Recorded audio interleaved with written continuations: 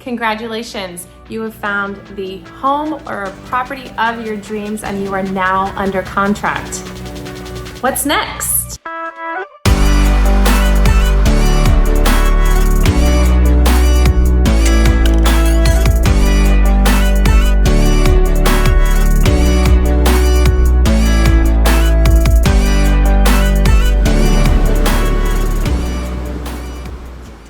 Hi, I'm Nicole.majors with the BeMAJOR team of eXp Realty, and I'm going to talk to you about the next 5 steps that typically happen during a home purchase. Beginning with number 1, your earnest money deposit.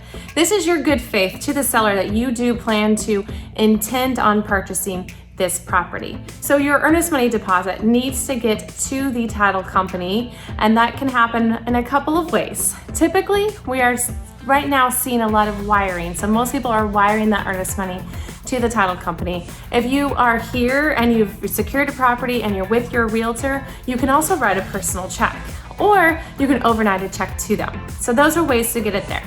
Number 2, you now typically have what we call feasibility days or due diligence days.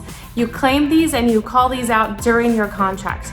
10 days, 12 days, 15 days, whatever that looks like. This is your time.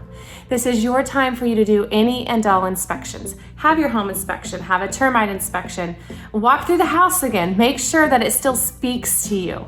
Now, at any point in time during this moment of these feasibility days, if you decide, you know what, this home doesn't quite work out for me, or you know, there's a ton of work here and it's more than what we expected, you can do a release and cancel and get your money back.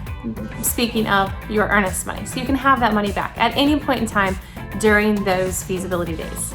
Step number 3, if you've made it this far and you've cleared contingencies on that part and you're like, you know what, this is the house of our dreams and we still want to go, you need to work with your lender. So first and foremost, when you get something under contract, you need to ask your lender, order the appraisal. When is that being done? Like, stay on them. When has the appraisal been ordered and when is it due back?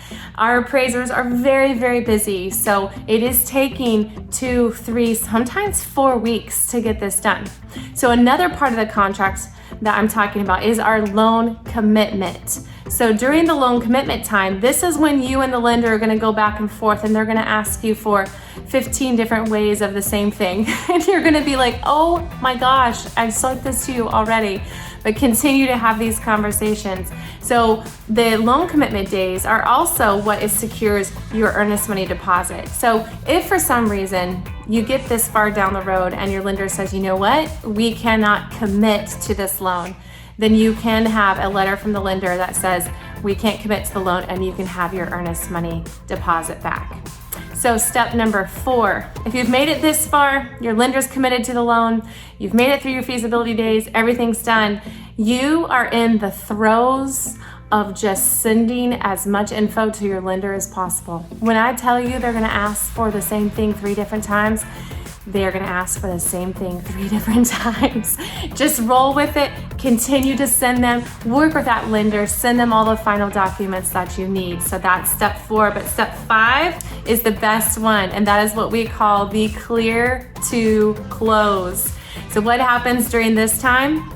Your lender now has received everything, we have everything back, and they send out what's called a closing disclosure, or CD, and this is them saying, hey, here's the fees. That goes out to you 3 days prior to closing. It has to be to you 3 days prior. So you have those 3 days to look at it and make sure it's exactly what you want, and that lender gives us the clear to close.